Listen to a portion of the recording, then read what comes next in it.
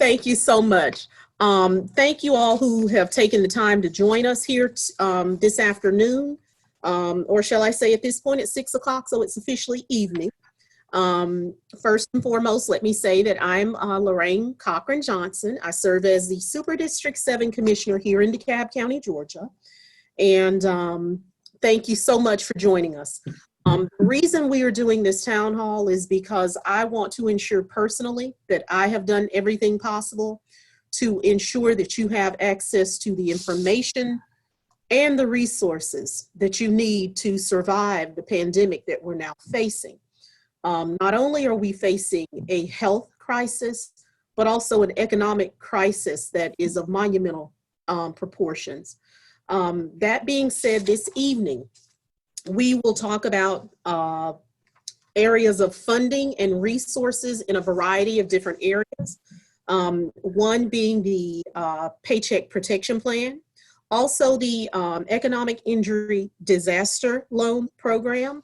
We also have the pleasure this evening of having with us the Director of DeKalb, as well as our Director of Community Development, who will talk to you about programs ranging from the one-way revolving loan program to CDBG funds that are also available. At this time, I'm going to go ahead and do introductions of those who serve on our panel. The first person that I'll introduce is Ms. Terri Denison, and she is the District Director of the U.S. Small Business Administration. Terri has served in that role since May of 2002. She began her SBA career in 1987 as a Presidential Management Fellow at the agency's Washington, D.C. District and Headquarter Office. Other positions included working with the agency's Minority Enterprise Development and One-Stop Capital Shop programs, as well as the Office of Field Operations. Terri has also served as the SBA Indiana Deputy District Director and Acting District Director in Wisconsin. She is a native of Corpus Christi, Texas, holds a BS degree in American Government from Cornell University, and a Master's of Art degree in Urban Studies from Trinity University in San Antonio. She's also a graduate of the Federal Executive Institute in Charlotte, Virginia. Thank you so much for taking the time to join us, Terri. Also, as it relates to Terri, she will primarily discuss the PPP program, as well as the Economic Injury Disaster Loan Program and SBA options. I also have joining us this evening, Mr. Dorian Debar. And Dorian, thank you so much. It's always good to see you. Dorian Debar currently serves as the DeKalb Development Authority interim president. He joined the authority in 2016, and he has been responsible for developing programs and leading staff, resulting in a robust pipeline of projects here in DeKalb County. Beyond that role, he also functions and works with creating public-private partnerships that are focused on economic development. And during his tenure, the authority has facilitated the creation of more than 3,400 new and expanded job positions, as well as retained more than 7,600 jobs here in DeKalb County. More than $1.3 billion in investments has been made and facilitated by the authority during Dorian's time. So thank you so much, Dorian. You've done a lot since 2018. And last but not least, my favorite, Mr. Alan Mitchell, who appears to be on the golf course. Mr. Mitchell was appointed the Director of Community Development for DeKalb County in January of 2016. And additionally, prior to his appointment as Director, he served as Assistant Director for DeKalb's Human and Community Development for over 10 years. Mr. Mitchell is a U.S. Army veteran, and thank you for your service, Mr. Mitchell. I did not know that. He obtained his bachelor's degree in economics from Virginia State University, and he has a master's in business administration from the University of Scranton. As the Director of Community Development, Mr. Mitchell has spearheaded and overseen some of the most dynamic projects that we've had here in DeKalb County. And I'm proud to say you're a team member. He has overseen and allocated funds for the U.S. Department of Housing and Urban Development, to help develop viable urban communities within DeKalb County, particularly benefiting low to moderate income persons. Community development also provides the resources for the creation of new job opportunities. Additionally, federal stimulus funds and neighborhood stabilization programs, which are really important at this moment. Mr. Mitchell recently completed the construction of 3 new senior centers in DeKalb County. He has helped build the Lou Walker Senior Center in 2006, and he was also the project lead on the build of Porter Sanford Performing Arts Center in 2009. Mr. Mitchell will primarily talk to us concerning CDBG and 108 revolving loan programs. So thank you all so much for joining us, and we're going to hop right in. We're going to try and have some order.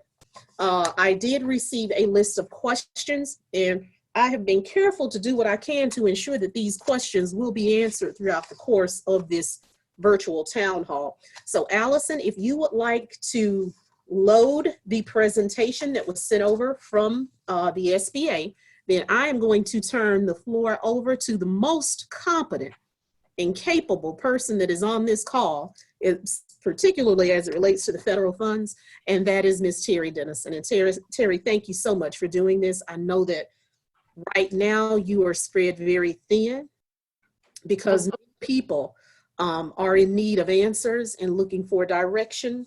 As it relates to questions, I have had questions that range from how do I apply? There seems to be confusion as it relates to whether or not funds are forgiven. Also how to use the PPP funds. I say to everyone that is a part of this call, many of you came out to our our small business summit that we did back on March 12th. And I promised that I would create on my website a small business directory, and that has been done and it is now available. As I went through this to prepare us for tonight, the questions made me overtly aware that I need to create another directory that includes all information that is associated with the economic disaster loans, as well as the Paycheck Protection Plan. So within the course of a week, all of those links will be available on my website so that you all can go to that website and find answers to your questions. So without delay, I'm now turning it over to you, Terri. Good evening, everyone, and I thank you for having the opportunity to share with you and hopefully demystify some of the things that are going on, particularly in the federal space and with SBA in terms of what's available to assist small businesses that have been negatively impacted by COVID-19 and some of the public policies and practices that have been put in place in response to it.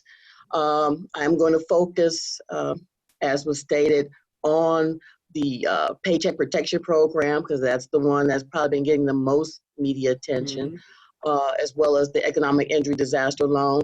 And then also for people who may happen to have current SBA funding, a provision in the CARES Act to cover your payments on those debt obligations for a period of 6 months.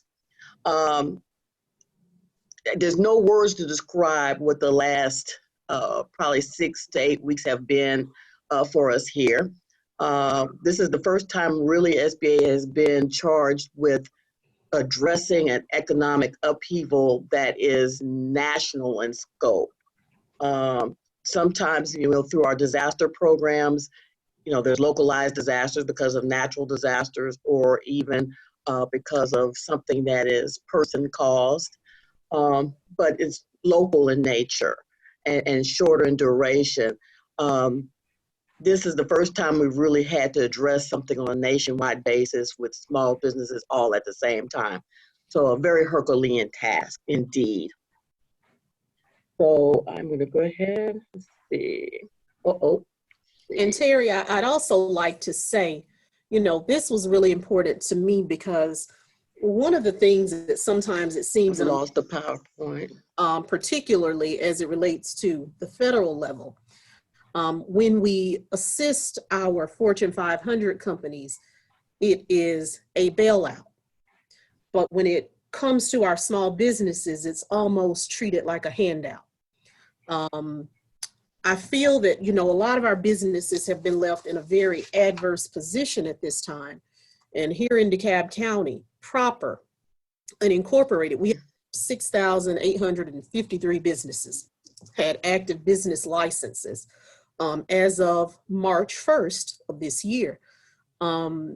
Technically, 97% of all businesses are classified as small businesses. By and large, America is built on the back of the small business, not the Fortune 500 company. And as a result of that, 67% of our gross domestic product is the result of small businesses. So I feel personally, and this is my personal feeling, watching how things have transpired from the highest level, because we must draw down these funds once they're made available through the process. I think that this, shall I say, pandemic created an economic disaster that was of monumental magnitude, and it was not expected. I do not believe the federal government expected the level of need that would exist. So it's good to have you here to navigate us through this, and I'm going to turn it back over to you. I'm going to try to be quiet. Okay. Okay, and let's see if my technological skills have advanced here. Okay, you pulled it up. So I just need to be able to advance the slide. I'm not quite sure. Allison, oh, good. There we go. Looks like you good. If Allison, if you could advance the slide, and I'll tell you when that might be the best way to have this work more smoothly. Yes, ma'am, will do. Okay, thank you so much. So these are the programs, as I mentioned, I will touch on. So if you can go ahead to the next slide. Okay, the Paycheck Protection Program was created under the CARES Act, so it's not a program that had existed within the SBA. It is modeled after our loan guarantee programs, where the loan is actually made by a commercial lender, so the borrower would go to a participating lender and submit the application, and then upon a preliminary approval by that lending institution, the lender would submit a loan guarantee application to the SBA to guarantee the loan. Under the CARES Act, it's 100% guarantee of the loan by SBA, something that's very, very rare. Normally we do a percentage, not the entire thing. The maximum loan is up to $10 million. And basically the use of proceeds, as the title of the program would suggest, focuses on Paycheck. So it would cover, the use of proceeds would be for payroll and payroll related expenses. First and foremost, at least 75% of the proceeds should be used for that purpose. It could also include monthly rent if you're renting your facility, if you are buying your building for your business. It wouldn't cover the principal, but it would cover the interest. And the idea is to cover these expenses for a period of 8 weeks from disbursement of the funds. Also, another non-payroll expense would be utilities that could be used. Terri, I'm gonna hop in here because there's two questions that I've seen pop up. Okay. For a home-based business, yes, are those monies permissible to be used, that 25% towards a standard mortgage payment if it is a home-based business? And another question that I've had is, how is the amount available determined, that the maximum amount that the individual can receive? I believe I saw somewhere that it's 2.5 times the amount of the payroll for an 8-week period. Yes, it is. That is correct. It is. In terms of the home-based business question, there is nothing to preclude that, but I think the key there would be really being able to segregate the expenses that are related to the business operated out of that home versus the principal reason for the home, and that's to live in. So for example, if you're deducting when you're doing your taxes, and you would probably want to use the same approach here, if you have a home office, you can prorate and say, if I use 25% of my home's square footage for my home office, then I can deduct, the 25% of the cost, or allocate 25% of those costs, such as utilities, such as, mortgage, I guess, or in this case, mortgage interest, because PPP will not cover the mortgage. But you have to be able to show that your space is very segregated and very definable in terms of being used for the business. So I think you would have to do something similarly for PPP. But there's nothing in there to say that you cannot. But I think you have to show it. There has to be a clear delineation from the business part of the home, part of the home that's used for the business, and versus the rest that's used for just general living. Okay, thank you for making that clear. I'll let you continue from there. Okay, no problem. So, and we're going to talk in a minute about the forgiveness piece on the next slide, but basically at the end of the period, you would submit a request to the lender to have the loan forgiven, either in full or in part. And we'll talk a little bit about that. Whatever is not forgiven, or if it turns out that the proceeds were not used for an eligible purpose, then you would have to pay that back, that portion back. And you would have 2 years to do it, 1% interest rate. Right. And you would start off with a 6-month, automatic 6-month deferment period on payment. Okay. Thank you for that. There's no prepayment penalty. So if you decide you want to pay it off sooner than 2 years, you can do that and not pay a penalty there. So we can go to the next slide.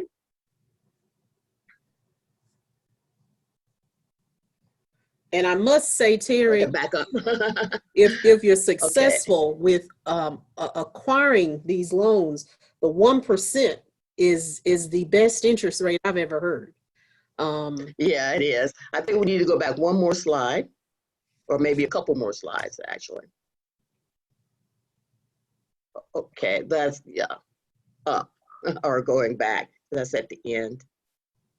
But I can tell you, basically, for the forgiveness piece, that is still being the exact process for doing that, and parameters, those policies are still being formulated. So we're hoping in the next few weeks that that will be made public, because we'll start getting to the point where people have gone through the initial PPP loan recipients will have gone through their 8-week period, and now are going to be looking at forgiveness. But the main things, I think if you can go to the next slide after this, I think I touch on it a little bit. But essentially, you would submit your request to the lender, that I do know at this point, with any material you have to support your payroll costs, because you remember in your application you've already provided your loan is based on those payroll costs times 2.5%. plus the 25% or less, that's other allowable uses.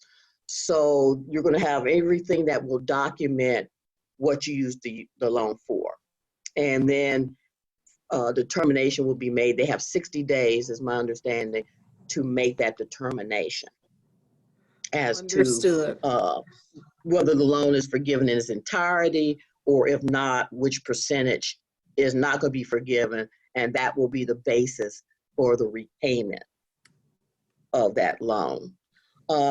One thing you may have heard more recently, because of some of the experiences with the first round of PPP, that the SBA is going to be looking at the loans that are over $2 million, double checking for eligibility, and was this something that was really needed at the point that the request for forgiveness is submitted. And on my end, I'm beginning to see questions, and I see Mr. Greg Seals had a question here. So he said, so are we only allowed the 2.5% of payroll to be the determining value of what we can get? You can take your payroll over an 8-week period, multiply it by 2.5, and that's it. 2.5, yes. That's Right. it. So I do want to make sure you're clear on what the ask is, and I'm sure that any lender that's participating in this program, they would know Mr. Seals. So when you walk in, make sure you have your numbers together in terms of your payroll, so you know exactly what to request. Yeah. I'll turn it back over because I don't want to stop. Yes, and also, and I'll touch on this towards the end, but for example, our small business development centers, we partner here with the University of Georgia. They have been very helpful, even though they're doing it with social distancing. So thankfully with Zoom and Skype and those kind of mechanisms, they're still able to consult with people and help them put together their paperwork to go ahead and submit the application. So there are resources to help you do that as you go to the lender. If you go to the next slide.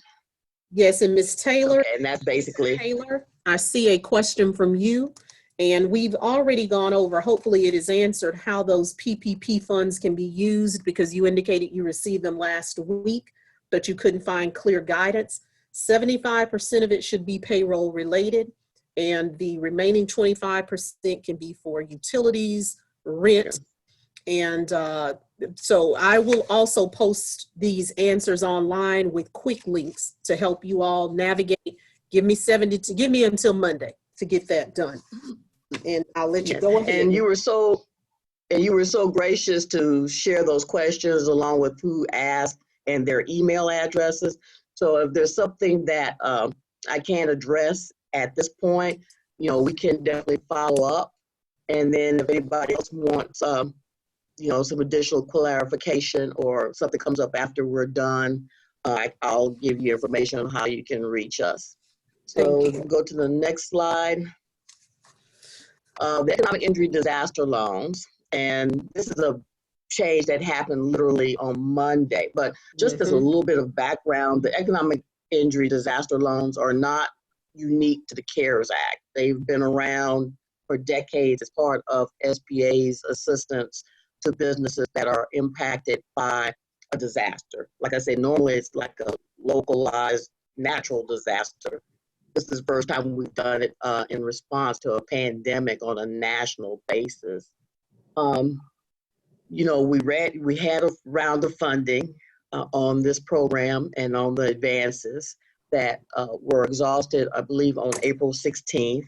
So had to wait for Congress to provide more funds. In the meantime, the online portal where you would submit those applications were closed, and SBA continued to work on the applications that it had already received. On Monday, we got the notice that the portal was reopened, but there was language in the CARES Act that said that now agricultural businesses would be eligible for the economic injury disaster loan and the advances. And so the decision was made, because they had not been previously eligible, the portal would only take applications from those types of businesses at this time. So portal is reopened, applications can be submitted, but only for agricultural businesses. I don't have an indication if that's going to open back up to a more broader range of businesses at a later date. We'll just have to wait and see, but as of Monday, these are the businesses that can access it. There is one exception, and it's very limited. People who had applied early on when the economic injury disaster loans or the EIDLs were first made available, which I believe was like around mid-March, maybe the week before. Of course, they went on the original portal. The portal, we received many, many more applications than that system was really designed for. Start running into technical glitches, had to basically get a contractor to come in and stand up a whole new application portal. If you had a number application number early on from an application that starts with 2, what we were asked to do when the new portal was stood up was to reapply on the more streamlined application portal. You would be given an application number starting with 3. That was also an indication that you would be eligible to apply for the grant or the advance with that new portal, something that wasn't available with the original portal. So if you had a number that started, application number that started with 2, you never went back in to resubmit an application, there is a window of opportunity for you to go back in, provide a new application, and be able to apply for the grant. But if you already have a number that starts with a 3, or you had submitted one, I should say, not that, but if you had not submitted anything at the time, up until the time that we ran out of funds, unless you're agricultural business, you won't be able to submit an application at this time. So the next 2 slides is really. I'm sorry, because this almost feels like a fire drill to a person that's in need. But there's one thing. Yeah, exactly. Yes, because and again, for those of you that are watching, I believe the federal government grossly underestimated the financial windfall that was going to occur and the massive amount of needs, and did not expect the response that they received. Because the first time they rolled out the EIDL monies, I think within a 5 to 6 day period, it was bankrupt, for lack of better words. And of course, it was through the 3.5 Act that more monies were made available. And I know, Ms. Dennison, you probably have no more information than I do as to why at this time only agricultural businesses are being allowed to apply. But I know that many of you, if you are in tune with news, many of our poultry and meat processing companies have been very hard hit. I know that I believe it's in Wisconsin, Smithfield. They have experienced dramatic COVID-19 cases. And when you're dealing with businesses where people work very closely together, I think there's a potential here for a problem, I'll say, that may come down the road, because there could very well be a shortage of food in certain areas if we're not able to get this under control. One question that I did want us to be clear that we answered is that you did not, nor do you at this point, have to have your 2019 taxes complete in order to apply. I had one specific question from an individual who said she did not apply because she had not completed the 2019 taxes. And I wanted to make it clear that wasn't a requirement for you to apply. And also I have a question here from a Miss King, who is a Lyft driver, who has said, of course, at this point, there's no business. She's not able to work and could apply for the Paycheck Protection Program. Now, only if you have handled your Lyft driving as a business. And Terri, feel free to chime in on this. Otherwise, you're unemployed. But that doesn't qualify you for PPP unless you are operating this and reporting that revenue as a business. Now, am I correct in saying that, Ms. Dennison? That is correct. In terms of the PPP, it was always the intention of the act to include sole proprietors, 1099, independent contractors, kind of gig economy type business owners. The guidance was a little sketchy in the beginning, and I think within the last 3 weeks, they've been very specific guidance given on how to apply for PPP if you're a sole proprietor, if you are a 1099, if you are a member of an LLC, where you can go. There's actually a step-by-step on where you go on the appropriate tax return. So key there is tax return, to figure out what your PPP loan would be. If you don't have those, if you didn't file, but maybe if you keep financial records in terms of income statement, then that, I think, my understanding, that is acceptable if it's a prepared tax statement. I mean, excuse me, it's a prepared financial statement, so income statement. Understood. Now, missing another question that has popped up here, and I don't think there is an answer. When I'm having a lot of people say, I've applied for EIDL through the SBA website before the funds ran out, how long does it take to get a response? Can you talk about the process, the time between the application and what people can expect in a perfect world? Because I'm finding with this, there's a huge difference between practice and theory. Because Right. everyone that I've spoken with, there's no consistency that I've seen that I can share with anyone on this call. So tell us what your feelings are there, being as how you are on the front line with this. Okay. Well, I'm not too on the front lines because our office is not actually involved in the processing of either the PPP or the economic injury disaster loans. But the original intent was with the, and then I guess I'll kind of just briefly explain. You had under the CARES Act, the EIDL advance or grant, which was up to $10,000. And the idea was, under the act, or the intent was, those would be processed within 3 days, which of course in reality has not happened. And it would be kind of the bridge to tie you over until the full EIDL application was approved.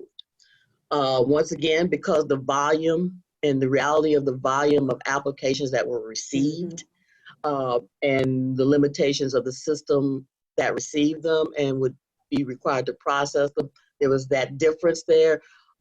They're just running very behind on when they can get them, approved, finished, processed, and approved.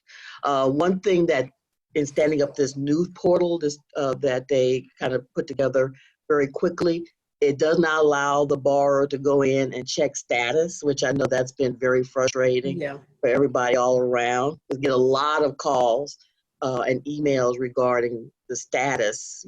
They haven't heard anything about the grant or the main application. What we've been trying to do in our office is, if people have want to try to get a status, we are trying to reach out to the Office of Disaster Assistance, because they're the ones who actually have the systems and the process. We do not have access to those process systems to be able to look in and check the status directly. So we've been trying to serve as a liaison to try to get some answers for applicants on that, but unfortunately, there isn't I think a very systemic way to do it. So what I've offered, and I'll offer here, if people have a question or they're trying to get an idea of when their application, or where their application is in the process, especially if they applied late, March, like the 3rd or 4th week in March, or the beginning of April, then they can email us at Georgia, spelled out Georgia, at sba.gov, and provide the loan application number. That's very important. And then there are a couple people that we've been trying to work with to get statuses for the applicants. But unfortunately, that's the best I could offer at this time, because it's unfortunately not built into the system to do that. Okay, and thank you. And I make sure for Miss Tara, thank you. Let's make sure we state things correctly so that there's no ambiguity as it relates to the amount that you can receive through the Paycheck Protection Plan. It is 2.5 times the amount of monthly payroll, and it can cover average. Okay, So let's be clear. And again, I will make sure I post all of these requirements because it's a lot to the website so you have access. And Ms. Dennison, I'll let you carry on. Okay, we've kind of touched on the next two slides, so we can just go ahead and move past those, you know, unless people, and if people have questions about the program because they were able to apply, you know, I'll be glad to answer those questions. The last thing I was going to mention was the SBA Debt Relief, which was part of the CARES Act. And this is for people who have SBA related debt. Either they have a loan that's guaranteed by SBA through our 7A, number 7, letter A, loan guarantee program, or a 504 loan program, or a microloan program. Actually, the act provided for monies to cover the payments for principal, interest, and fees related to those loans for a period of 6 months. Generally, even when there's not a particular situation like this, SBA lenders have the ability to defer payment without coming to SBA and asking for permission. They can actually extend deferment of payment and interest up to 6 months. So when the situation started to unfold with the shutdowns and the social distancing, et cetera, and businesses start feeling the pinch, we sent out a reminder and encouraged those lenders to utilize that unilateral authority, and many of them did. So some people the question some people have is, well, if I've already got a deferment, am I going to lose out on this? And the answer is no. If you already have a 6-month deferment, that will play out, the 6 months of deferment, and then SBA will cover those payments for the next 6 months. Okay. And this is not just for loans that were in place at the time that the CARES Act came into being. Loans that are made basically from, I believe it was March 27th all the way until September 27th. If new SBA-backed loans are approved, then they will automatically have the first 6 months paid. So that was something to provide relief to those who already have SBA-related debt. Okay, and go to the next slide. I think that was, okay.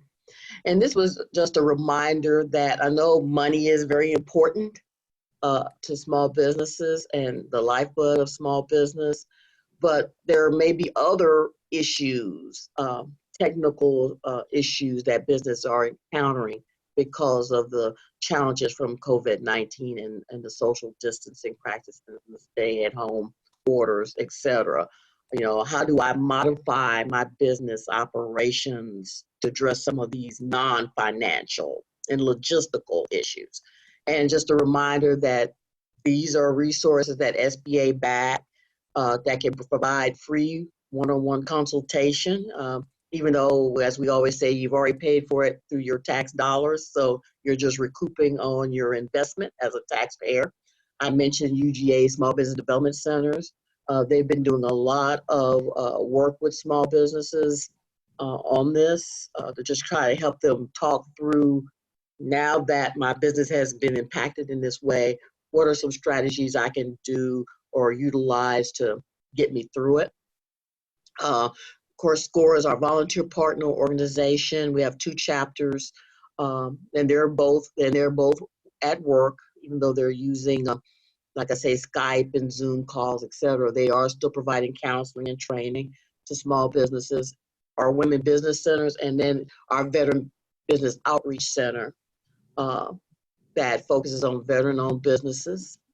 But these are all resources that are available to you to help you really kind of strategize, you know, and look at alternatives for conducting business in this environment. So they are available for you. And I think, next slide, that was my next slide, is the last slide. Okay, just for more information. So those first 2 websites, sba.gov/coronavirus, and then the Treasury .gov website. And actually the shortcut you would want to put, I didn't put it on the slide, /CARES, as in CARES Act. Those are the two best sources for seeing what guidance, especially with the PPP, as guidance is evolving, to go to those sites to see what policy is being developed, especially in terms of, we're awaiting guidance on the forgiveness piece.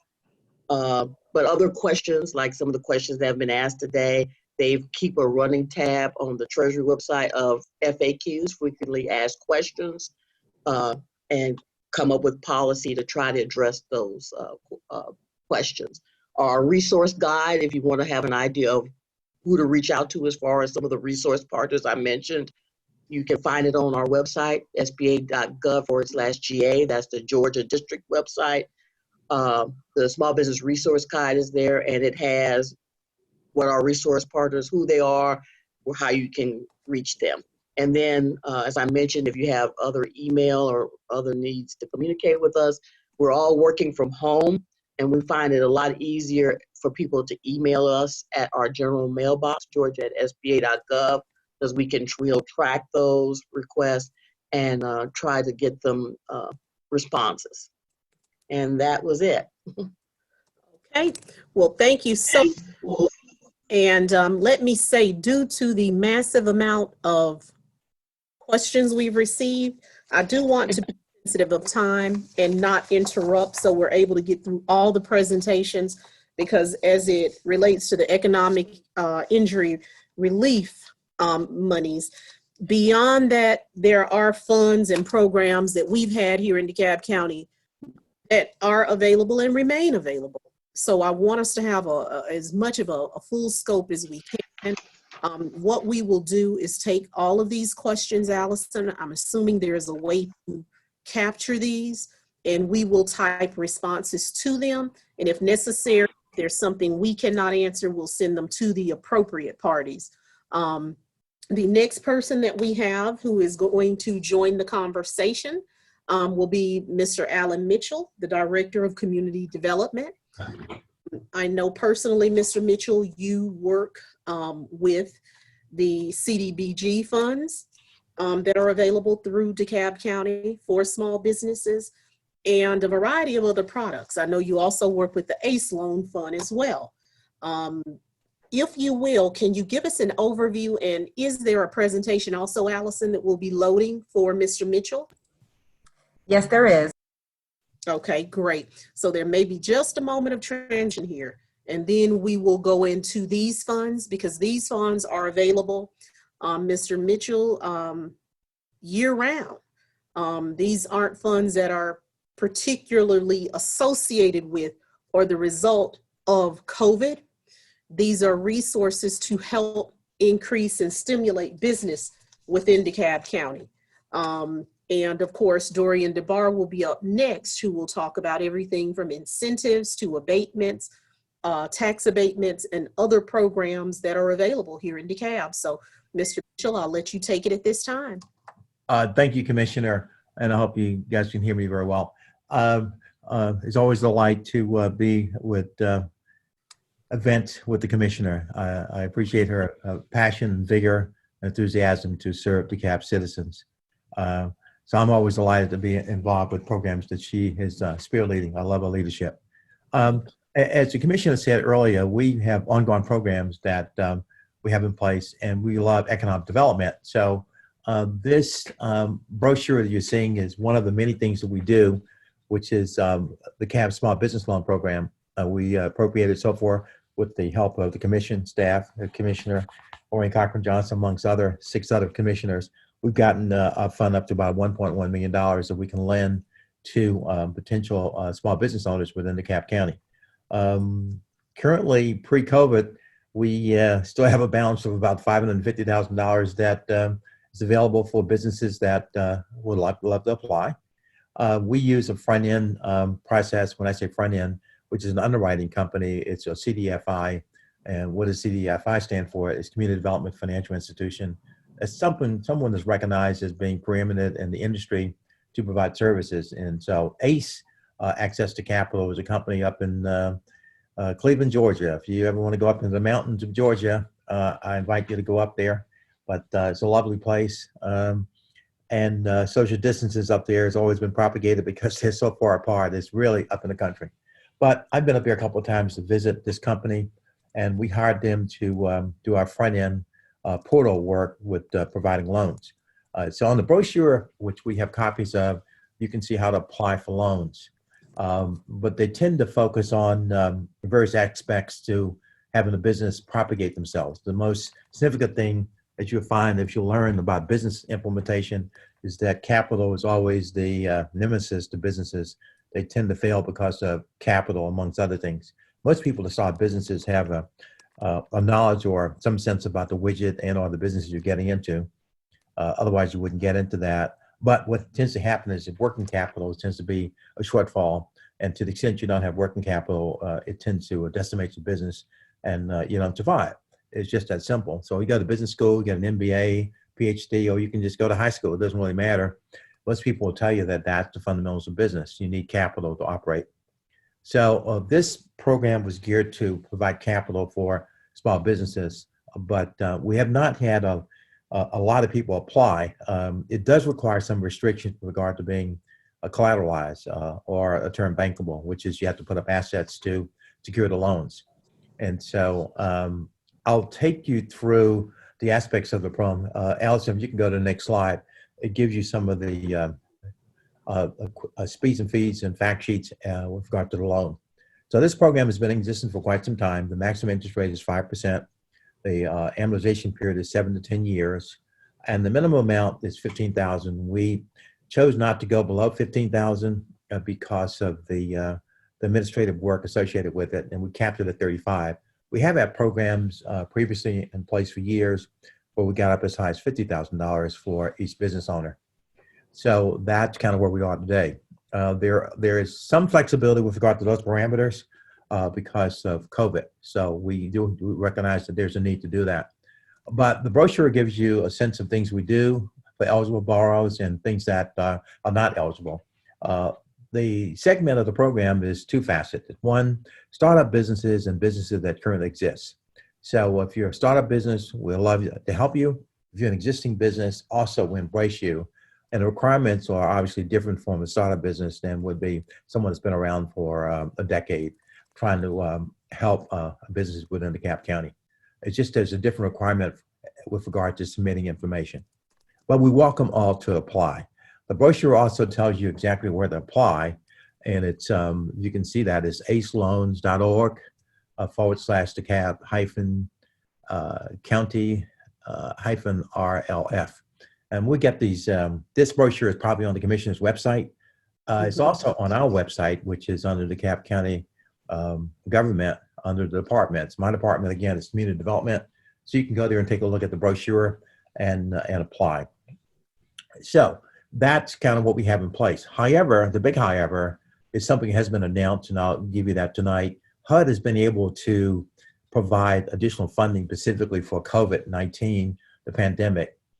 We've been blessed to receive the congressional allocation for DeKalb County for the federal funds, specifically in the CDBG area and also the Emergency Solutions Grants area. You might say, what on earth is he talking about? Well, the Emergency Solutions Grant is a grant which is relegated primarily to help homeless individuals, because we do have some of our cherished citizens that are homeless. And so what Congress has done is provided money. We're getting $1.6 million additional specifically for COVID. And we're getting an additional $3.1 million specifically for CDBG, CV, to help with COVID. It, in essence, helps you to prevent, prepare, and respond to COVID. What we haven't been able to do is put plans in place because Congress has not released the regulations which governs these new allocations. And this is the first wave of funds that we anticipate coming from Congress. So we're sitting at 4.7. My inside track tells me we're going to get a lot more than that. This has nothing to do with our annual allocations from HUD, which tend to be in the range of about $9 million for various programs. But this is specifically for COVID response. To the extent that the regulations are not out, my anticipation is that we'll be able to allocate perhaps more funding for the loan component of CDBG. So inside of the community development block grant funding, there's an economic development thrust, which has two facets. One is training, which we have a lot of people to get trained on how to start a business, or for that matter, augment your business. And that's done by Urban League. So more than likely, we'll be able to put more money into training to have people augment and also start businesses. And in addition, we have a loan fund, which I'm referring to, where we'll be able to provide more funding for small businesses to effectively get working capital and other things to buy assets and inventories for their businesses. Those plans have not been put in place yet because Congress has not given us the regulations. All the things we do are driven by federal regs. So I called HUD today, and they're still waiting on shipping out regulations. But I encourage you to stay tuned. We'll make sure that it's on the county website, that it's on the commissioner's website, to let you know when we're ready to develop a plan to effectively determine how we plan to use the COVID funds. Ongoing as we speak, there's a 2020 plan to prepare for the submission to HUD for CDBG, Community Development Block Grant, Home, which is a housing component for senior housing, and other programs to help the seniors and non-seniors have housing, because there's a huge gap of affordable housing in DeKalb. And lastly, we also have a program called, as I alluded to earlier, Emergency Solutions Grant, where we help homeless individuals. Those aggregate to be about 9 to 10 million each year. So we're getting ready to submit that to HUD. However, the application period has been open, but a lot of people have not applied yet. So we have some consideration for the pandemic, which says that if you happen to be associated with a nonprofit or for-profit, and you're trying to submit an application for some significant event, you still can contact our office to see whether we can consider your application for funding as we submit our plans to HUD. The statutory requirement to get to HUD is in the July-August timeframe, specifically August 16th. But we have to go to the commission, the commissioners, to get our plan approved. So we're working diligently to put that together. So I encourage you all to get on our website and look at the application process to see whether you can submit applications to receive funding. One of the key facets is that grants are given to nonprofits. However, we can't grant money to a for-profit. And I'll say that again slowly. If you have a nonprofit, you can get a grant. But if you have a for-profit, you can get funding, but it's tend to be a loan. Could revert to a forgivable loan, but it's still a loan, which means that you have to have some collateral associated with it. So whether you're a nonprofit or for-profit, I encourage you to apply because there are funds available. In addition, there are a host of things that the county's trying to do to prepare and respond to COVID. And I do know that some of the provisions within our existing plans will be altered by HUD because we've gotten flyers indicating the direction that they're going to. But again, as I alluded to earlier, we don't have definitive with regard to the register. You might say, why do I keep referring to the register? Well, in my world, if you spend money and it's on an ineligible activity, the county has to pay money back to the federal government from the general fund. That means I would have to go to the commissioner and commissioners and get money to pay HUD back. We in the DeKalb history have never done that. Others in the surrounding areas have done, and I hate to call out names, but I know that there's certain parts of the state of Georgia where individuals have to do that. But in the history of DeKalb, we've never had to do that. So we always are very careful about ensuring that the programs we put in place, the things that we spend money on, are clearly eligible because we're subject to audit. So that's why we have to wait, unfortunately, to get the guidance from HUD to be able to determine what our plans are going to be. So with that, I'll pause, Commissioner, to see whether the questions that have come in and or anything additionally you'd like for me to respond to. Absolutely, and thank you so much for that. I also want to add that a week ago, DeKalb County received $132 million in funding, federal funding, to be used as deemed necessary for COVID relief. Now, many of you may be aware that pretty early on, we increased the pay for frontline workers. And a percent of that money can be utilized to cover those costs. But over the course of the next several weeks, I do expect that our CEO, because we had conversation about that today, we will be rolling out a plan for those funds.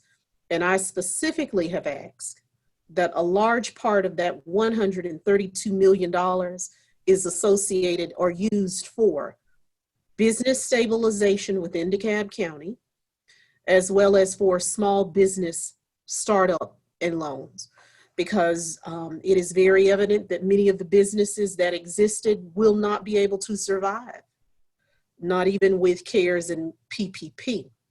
Now, one of the questions that I had noticed, Mr. Mitchell, is when you talked about those loan programs, what type of collateral is necessary to secure those loans? So if you could speak to what's necessary, that would be great. I'd be happy to. We love real estate, if that's an option. Some individuals have a lot of equity in their homes, and therefore they can accommodate collateral, which would leave an ability to be able to have the loan cover it with collateral from real estate. We also look at assets within the business. We file UCC, and a lot of you know what that means, to be able to, using state law, to be able to put a link into what the assets you have. A restaurant or other businesses might have assets, not working capital. We've had a number of people come forward and say, well, can I use my inventory, which could be shoes, dresses, etc., jewelry, but you can't use those things because they perish, because you could sell those the next day. So what we tend to do is focus on tangible assets within your business and put a UCC blanket claim on them, and or we use assets to include real estate and other assets that you might have. So that's what we do. But the loan has to be collateralized, and the amount you put up as collateral varies in terms of the kind of loan you're looking to get. So that's a quick answer to collateral. But we must cover ourselves in the event, God forbid, something happens with your loan, and therefore, if you don't make arrangements to pay it back, then we have to, unfortunately, as most banks and most lending institutions will tell you, you have to seize assets, because it's not like a credit card where you have a non-collateralized loan. That's a credit card. But when you have a collateralized loan, you must have something that you can link to substantiate the loan.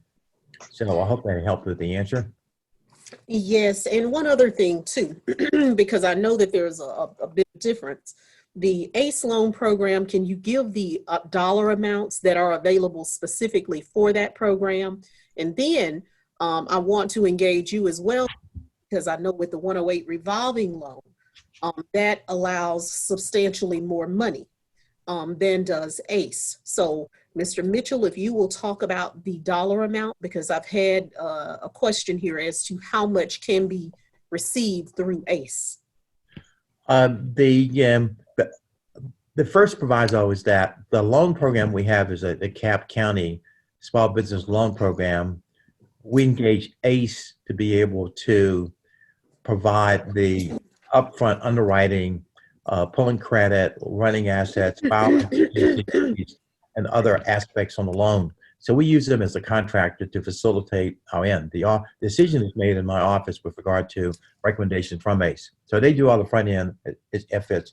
Any other bank would do with underwriting. So if you get a mortgage, you know, there's underwriting. Then it finally gets into the final the stages of getting a loan approved. So ACE actually works as a partner to us under contract, being paid. They're paid a fee to do the work for us. However, ACE has Grace Fricks is the president of their CDFI. Grace is an excellent business person, and they also lend funds to people in Georgia and around the United States. So they have different provisions for loans that they provide funds to. So the program I'm referring to is a program that we tailor that ACE is implementing for us, again, under contract for the front end. However, you can apply to ACE and be able to obtain a loan using their provisions. They tend to vary. They tend to go over, in certain cases, over $35,000, and they tend in certain cases to go below $15,000. And they have a thrust to be able to serve low to moderate income areas or diverse areas within the state of Georgia. So you can apply to them for other aspects. I cannot speak to, I love their company and I love their performance outcomes. We had zero problems with them. So I would applaud them as a company. So you really have to apply to them to be able to get some sense of what they offer for our various businesses. And they're not using federal funds. The program we have in place is geared to help small businesses, but it has the restrictions and the parameters with regard to federal funds. So they're implementing a program where I'm using federal dollars to give to small businesses. The funds that they have are obtained from other lending sources, other banks in the United States that provide funding to them that are not restricted, and therefore some of the policies and procedures they use for those kinds of loans tend to vary. So federal dollars versus non-federal. As you all know, federal dollars have more, in the old days you used the term, my mother taught me, red tape. Well, you haven't heard that lately, right? But in effect, what it means is that there's a lot more involved in getting money from the feds than would be a non-federal entity. So to that extent, I applaud ACE if you choose to apply to them. The last point I think the commissioner asked me to do is talk about HUD Section 108. HUD Section 108 is a term used to loans. It's a massive loan you can get, which is guaranteed by HUD. So the proper term for it is called a HUD Section 108 loan guarantee. What that means is that you can get a loan for economic development, for housing, and various other topics, and also public facilities that are appropriated by various banks that HUD has an agreement with. And so we've gotten, in my history, I've gotten over $22 million of loans from HUD for various projects. The history in DeKalb has been that most of the loans we've gotten for HUD Section 108 have been for public facilities, i.e. senior centers and various projects that we can go fire stations, police stations, things like that, where the public will have access to. And so what you have to do is low interest rate, but you have to guarantee your future CDBG funds to pay the funds back. But those programs are great for economic development. So if a company wanted to obtain a loan, you'd have to apply through my office, and we would in turn apply to HUD. We have to guarantee your loan because to the extent you do not pay it back, they pay it back with our annual allocation from funds. So to the extent we have $9 million a year, they will reach into our fund bucket and pay your loan back. So you can imagine in that scenario, we're going to really do some due diligence on your ability to repay. So as businesses come forward for economic development purposes, which will help the county, we have to ensure that we underwrite effectively the loan proposals to ensure that if we agree to engage with HUD to get a loan, that's going to secure.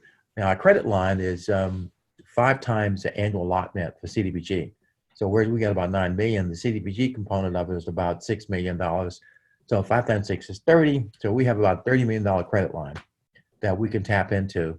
And currently, we have used some of that because we have loans we're paying back. So we have way over $10 million plus dollars left in our credit line to be able to get additional HUD Section 108 loans. But it's a rigorous process to underwrite them. But we've had success getting them from HUD. Mm-hmm. And in the state of Georgia, I might add, and not to toot our horn, but we're one of the few organizations that have been able to get these loans. The city of Atlanta got one small one for a lettuce farm, but most of the folks in Georgia have not been able to determine how to do this. So we get calls constantly around the nation wanting copies of my applications, trying to find out how we actually got HUD to give us a $14 million loan or a $12 million loan, depending on what it is. So we are proud to be able to help others. But in DeKalb, we still have an option for those businesses that are trying to do something fairly large. And they tend to be millions of dollars as opposed to $15, $20, $25. You're talking big dollars where you can actually get a loan. And it's a 20-year AM schedule with a low interest rate based on the LIBOR rate, as long as LIBOR stays in place. And LIBOR, as you know, is based out of England, but you can get some rates around 2-ish%, which is really cheap money. and it's provided by reputable banks and all. And it's variable in the beginning, and then it's fixed. But the term to pay it back is 20 years, single-digit interest rate, which is a really good deal for those of you who know finance. So that's kind of where we are on HUD Section 108. We currently have 2 loans outstanding with them. We could have more because we have more credit line available to use. Right. And personally, prior to this pandemic, one of the things that I've really been pushing and encouraging and trying to ensure is that constituents understand the resources that are available, because the 108 program is a wonderful tool if you have an idea for a business that is viable. And I am not seeing people come to the table because they don't fully understand the programs that we have. And to that, Mr. Debar, I want you to come off mute, because I want you to talk about here in DeKalb County as it relates to helping and encouraging business. We can provide a variety of tools. Right now in PECs, we are looking at incentives. And I want you to talk about some of the incentives that could be possible for small businesses who come to you with a solid plan that would allow them to move forward, because we have everything here. I don't want to get too deep into empowerment zones, tax allocation districts, because that's another seminar altogether. But in our empowerment zones, these are areas that are in sore need of business development. And the government has a variety of incentives that are in place to help you do business there. So let's have that conversation, Mr. Debar, if you will, and thank you for joining us. No, thank you, Commissioner, for having me, and thank you for your leadership. I'm always appreciative of you. Before we get to that particular question, I'd like to ask all the participants, especially those with small businesses, as well as nonprofits, to visit our website. And I think I've asked Allison if she could load it up for us. DeKalb.com. And there's a reason I want you all to visit this website. If you'll scroll down a little bit for us, Allison, please. There are 2 links on this website. I want to bring particular attention to, scroll up a little bit. The 2 links right there. I want to pay particular attention to the COVID-19 State of Business Survey. And I'll tell you all why that's important. We are really looking for everyone to complete this survey in DeKalb County. We want to make informed decisions with respect to how do we support our small businesses during this time, as well as our nonprofits. And so just to back up a little bit, we are the development authority for all of DeKalb County. So that means we are the primary economic development organization for the county. We have 13 other municipalities and cities, but we have a purview over all of DeKalb County. And one of our principal functions is to be a resource and a support, and to see our small businesses stay in DeKalb, as well as grow in DeKalb. So this business survey, going back to the survey, allows us to make informed decisions. We have a lot of folks at the table, both from the public sector and the private sector, that are really bringing our heads together to say, hey, how best can we help our small businesses? And this definitely helps us get there. So if you would, please complete the survey. And we want to make sure we make informed decisions. And when I speak of public sector, I'll be remiss if I don't mention them. But we are definitely bringing on board our other economic development leaders throughout DeKalb County. We have 13, and we're all at the table to say, hey, how best can we be a support? So I want to bring attention to that. Secondly, going back to our website, we have a resource guide. We're consistently updating this resource guide. It's the Business Disaster Relief Assistance Resource. We have a lot of partners. We have, again, public and private partners. And one thing that we've noticed through our conversations is that it's more than just funding during COVID-19. Some businesses may need support in terms of an accountant to get their books in order so that they can apply for a loan. Some businesses may need marketing help, right? And we want to make sure we provide you those resources. So whether that be connecting you with your local chamber of commerce, some businesses may have workforce development needs. We want to make sure we connect you with our workforce development partners, whether that's WorkSource DeKalb, whether that's Georgia Piedmont Technical College. So we want to make sure we are definitely a resource, and we bring all of those resources under one roof. and provide them to you. So always stay updated. Our website always stays updated, so always stay on our website and know that we are definitely here for you all. And never hesitate to reach out to myself or my team. And again, I'm Dorian Debar. All right, so with respect to your question, Commissioner, with respect to incentives. So yes, the DeKalb offers a number of incentives for economic development, right? And those incentives, I think, are outside of the purview of COVID-19. Those are more so for business growth. So we provide property tax incentives, which is basically a break on your property tax bill. But that comes at a significant price, and we're talking about projects in excess of $10 million. So if you fall within that purview, definitely reach out to this organization. We'll be able to help you and assist you with that process. We offer other incentives as well. Brownfield revolving loans. If you have a business that may be impacted by contaminated land, we offer you assistance in terms of grant funding from the federal government, whether it be a grant or a loan, that will allow you to redevelop this site.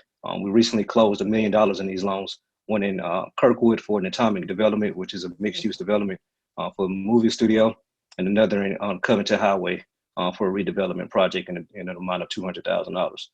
So we closed those 2 loans, and we're happy about that.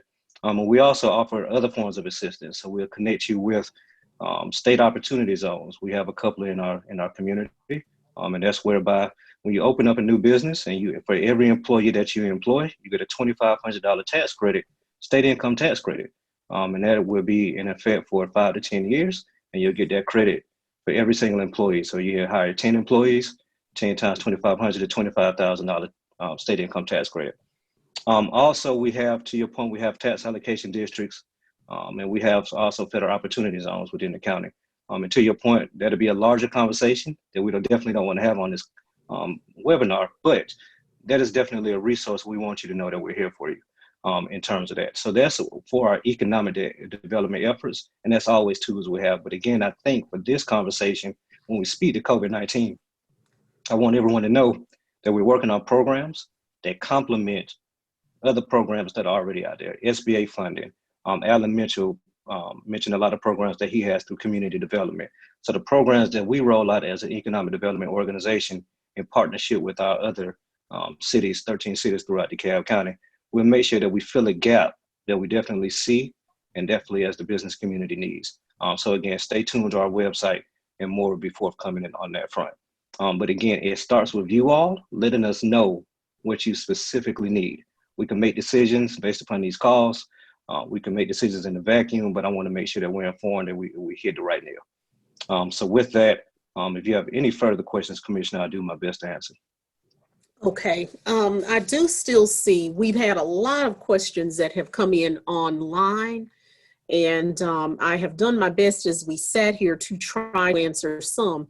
There is one question I see here from Miss Jerome, Miss Pia Jerome, and I know her to be a very engaged community member, and she has a question, and I think, Ms. Dennison, this is more to you. I believe I can answer it, but I do want you all to correct me if I go awry. But she rolled out her business this year on Etsy, and she is wanting to know if she is qualified to receive money through the CARES Act. Now, it is my understanding that in order to apply, you must have been a viable business during 2018 to have some form of financial proof. But is there anyone who can speak as to whether she is qualified? Because she said she would need $50,000 to cover expected amounts and loss because of what happened. Can anyone help me with that question? Okay, so the business started this year, is that? That is what I'm reading here. Okay. Okay, basically I know for the PPP, your business had to have been in operation as of February 15th, 2020. Okay.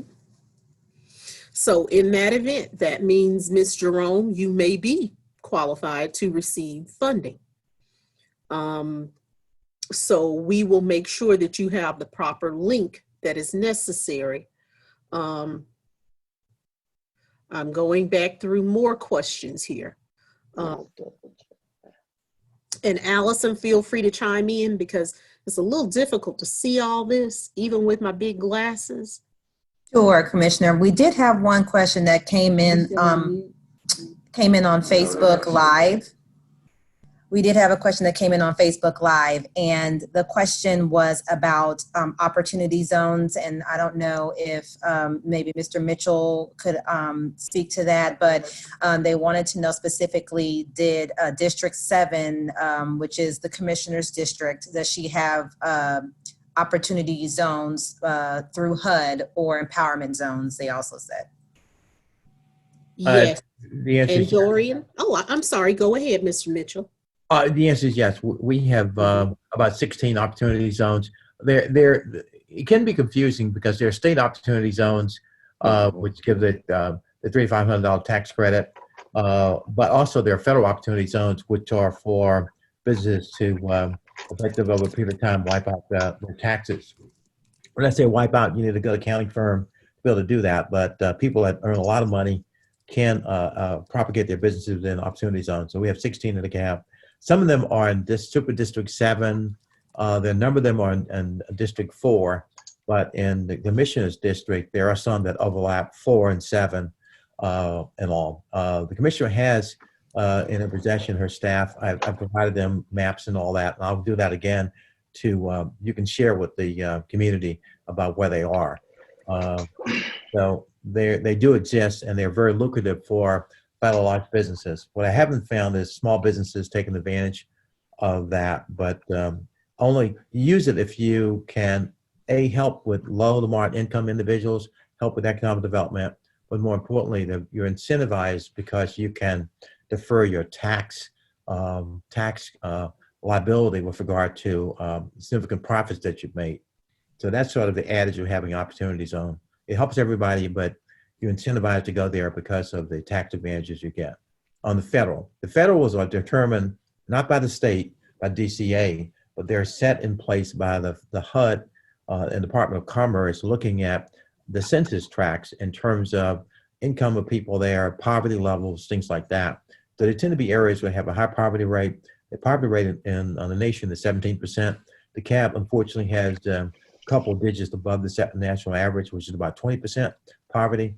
So you find that these zones tend to be a tad more than that. And they're very lucrative. One last point I'll make and I'll shut up. You'd be surprised that the Mercedes-Benz Stadium in the city of Atlanta is in an opportunity zone.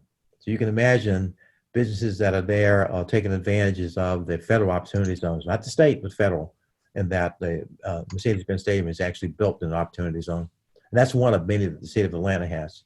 But in DeKalb, we can do a similar kinds of things if we choose to. And I'll also add that on our website, we do have a list of those federal opportunity zones.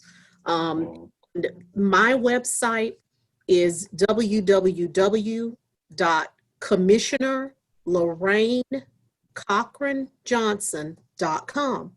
Hopefully, if you are not receiving our newsletter, please register for it because each week we send out a newsletter, and in many instances, it contains a lot of the information we're talking about here this evening. We actually had the link to click on and download the application for the actual CARES loan. Commissioner. So please register for the newsletter because we do our best to make sure that our folks are informed. And Mr. DeBarr, I believe you had something to add. Yeah, just something to add. And so I was going to say two things. One, your website is fantastic with respect to outlining the financial incentives and tools that are available throughout DeKalb County. But I was just going to make mention to piggyback off of Alan. On the side of DeKalb's website, under the What We Do section and site selection, there's a tool where you can actually type in your address and it'll tell you what type of zone your location, your business falls within, whether it's a federal opportunity zone, a state opportunity zone, or a tax allocation district, so on and so forth. That tool is there available for you. It's very easy. You just click on it, type in your address, and you'll be there. Right. And these are things that, even pre-COVID, I had promote it Scroll down, along Allison. with everyone that is on this call, because what we need here in DeKalb County, you know, when it comes to government, there are certain things we do, but when it comes to economic development, business recruitment, and business expansion, if we want to change the trajectory of what we see and what we do not have, it's time we become small business owners. Now, in becoming small business owners, dealing with this pandemic troubles me tremendously, because I know that many of you are in need of resources. And there has been a lot of ambiguity. In my opinion, my heart goes out to those who have not received the help that they need, who did not understand the process and haven't been able to complete the loans. But that is why we're having this conversation, and just know that we're here for you. We are just a few minutes away from our end time. So I would like to allow everyone that is on this call at this time. Ms. Dennison, first and foremost, thank you so much. I know that this is a very busy time for you. I see all the meetings you're hosting and a part of right now. So I don't take your participation lightly. Mr. Mitchell, I think you are one of the best resources we have here in DeKalb County. You're that man who can make the deals and make things happen. We just need to make people aware that you exist, because we need to help these small businesses. Dorian, your track record speaks for itself. You're one of the most diligent people that I know, and I'm proud to work with you all. So if there's any closing comments, I'll allow those at this time, and then we will sign off.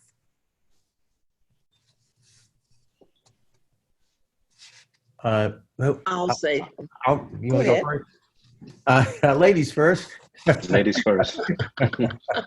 thank you. I would say that in terms of the Paycheck Protection Program, we have approximately, as of I think yesterday, about $25 billion left available to support loans in that program.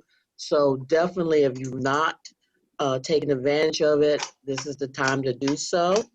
You can go to our SBA website and actually, or the Treasury website that I shared, and actually pull off the application there. And then you can also start with your lender to, you know, if they're an SBA lender, more than likely they would be able to do these loans and go from there. And I also want to say, because I read one comment from an individual who said that they reached out to SunTrust Bank, which was their bank, and the bank gave them a date to come in. And of course, because they are overwhelmed at this time, by the time the date came, now they are no longer accepting loan packets in that category. And I did want to make it very clear, you go as quickly as you can to any bank that has access to this program, because there are some banks that are not bombarded with applicants. The key is to have a seat at the table. I also believe that Ms. Dennison, the loan application packet is on your website. Is that It is. It's on our website, and also at treasury.gov/cares. There's a copy of it as well.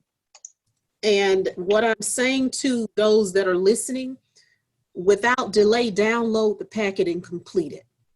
Because we've seen this fire drill before, where a date closes and then it opens and people have already completed the packet and they're in line. So I am also going to ensure by Monday that I have links so that you can download from my website as well, because the key is to complete this and get it in as quickly as possible, because I want to make sure that we maximize your opportunity to receive funding. And Mr. Mitchell, I'll now defer to you. Okay, Commissioner, thank you. A couple of things. Again, I thank you for allowing me to participate in this virtual town hall meeting. It's always invigorating to help not only District 7, but the other individuals in DeKalb County that are on the call. Our office can be contacted by a number. We have people who answer the phones. We're remote because of COVID-19. However, we answer our phones. It's 404-371 2727. So it's 404-371-2727. That's the way to get a hold of our office. In addition, one of the other things in response to COVID is that, as you imagine, we do a lot with homeless individuals. And I realize business owners are not homeless, but there are a lot of people that you might see that come about and affect overall environment and might be subject. So we've been able to place a lot of homeless individuals in the hotels to get them off the streets for a number of days and provide food and shelter, feed them twice a day, give them PPE, and a lot of other things we're doing. We're very proud of those efforts that we do to get people in a safer place and potentially house them. But if you do run into individuals that are homeless that you might see that might affect your businesses, we have a homeless hotline that you can call, and that's answered 5 days a week, typically about 8 to 12 hours a day. And that number is 404-687-3500. And people actually man those phones to be able to help. But with regard to applying for applications, you can go on the county website and get access to our department under the department's community development department, and all the applications are fillable, PDF fillable, that you can get and download to be able to secure funding where need be. So I encourage you all to do that. And in the interim, if you have other questions, you can always contact the number I gave earlier, and we can provide technical assistance to anyone that might need help in any manner with regard to programs that we have in the county. So proud to be a Cap County employee, and again, I enjoyed being able to provide information to our citizens in DeKalb. So with that, I'll pass the mic back to the commissioner. Oh, I'm still reading questions here. Thank you, Mr. Mitchell. Mr. Debar, I'll defer to you at this time. And thank you. I see Ms. Bobby Sanford has been present. A lot of our community leaders. I also noticed, and this bothers me because we don't have the time to address it. There were a lot of questions raised as to what additional assistance in the way of sanitizer and mask and other supplies that the county can provide specifically to small businesses. I am going to share these questions with CEO and the administration. Many of you know that this past Saturday we rolled out a program where we are providing 10,000 masks and hand sanitizer. And this is being done at random pop-ups. It's not announced where we will be. But I hear you loud and clear saying that you need access to these things and you need support. One thing I want to be very clear about is on the municipal level, we can't pass legislation that is contrary to the state, meaning the governor.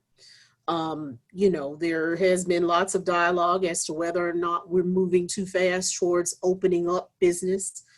And I believe that we are. I believe what we have happening now is when you place money above morality. So it's up to each of us to be responsible and ensure that we safeguard ourselves and our families. And it's a very difficult and precarious situation for many people, because people are choosing between being able to support their families financially and sheltering in place. And I hate to see anyone choose between health and necessity. I also noticed the question from a business owner who has several rental properties, and they now have tenants who can't afford to pay rent. I am going to get you a very specific response, because it is the position of DeKalb County at this time to not serve eviction notices. But I understand that you cannot be forced into becoming public assistance to people that cannot afford to pay. And there ought to be some form of recompense to you. So I'm very sensitive to these things, and I know people need solutions in difficult times.